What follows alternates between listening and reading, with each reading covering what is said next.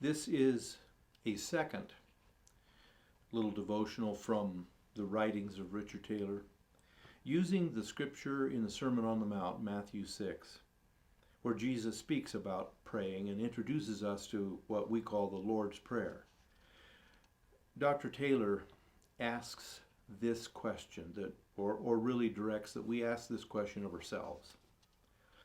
Is my prayer life deep enough, or is it not? We'll put it in the negative.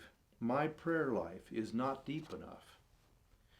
1, if the presence of Jesus in our lives is not becoming increasingly real.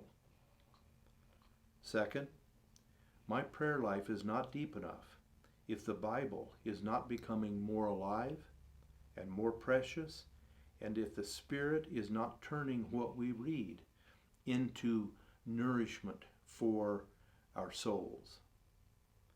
3, our prayer life is not deep enough if the Lord is not showing us from time to time things about ourselves that need to be changed.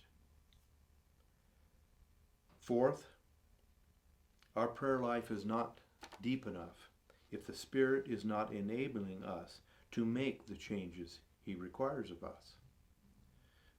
5, our prayer life is not deep enough if we never really experience clear divine guidance for issues we're facing, direction we need, so forth.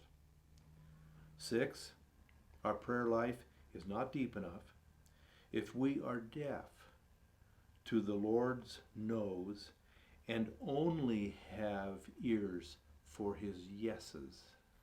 That's good. 7, our prayer life is not deep enough if we do not leave the place of prayer with more courage to face life and our problems and the temptations of the enemy and the pressures of this world. 8, our prayer life is not deep enough if we never receive from the Lord insights and solutions that are clearly supernatural. 9, our prayer life is not deep enough if our hearts are not kept warm and loving and sympathetic and merciful towards others, those around us, even those difficult maybe to deal with. 10, our prayer life is not deep enough if our spirit is not humble, pliable, teachable. And finally, our prayer life is not deep enough if most of our praying is not for others.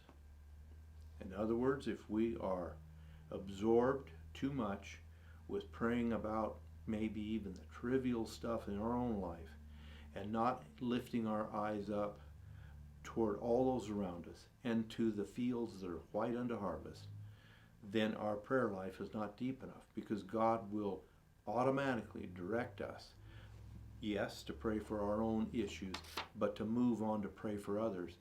That's much of what praying is supposed to be. So may God give us deeper prayer lives. And I will say this from personal experience and from wide reading of everybody else's experience.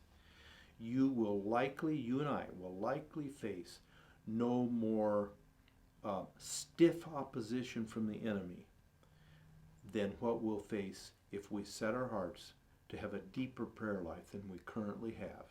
We'll face headwinds, but God can help us push through them.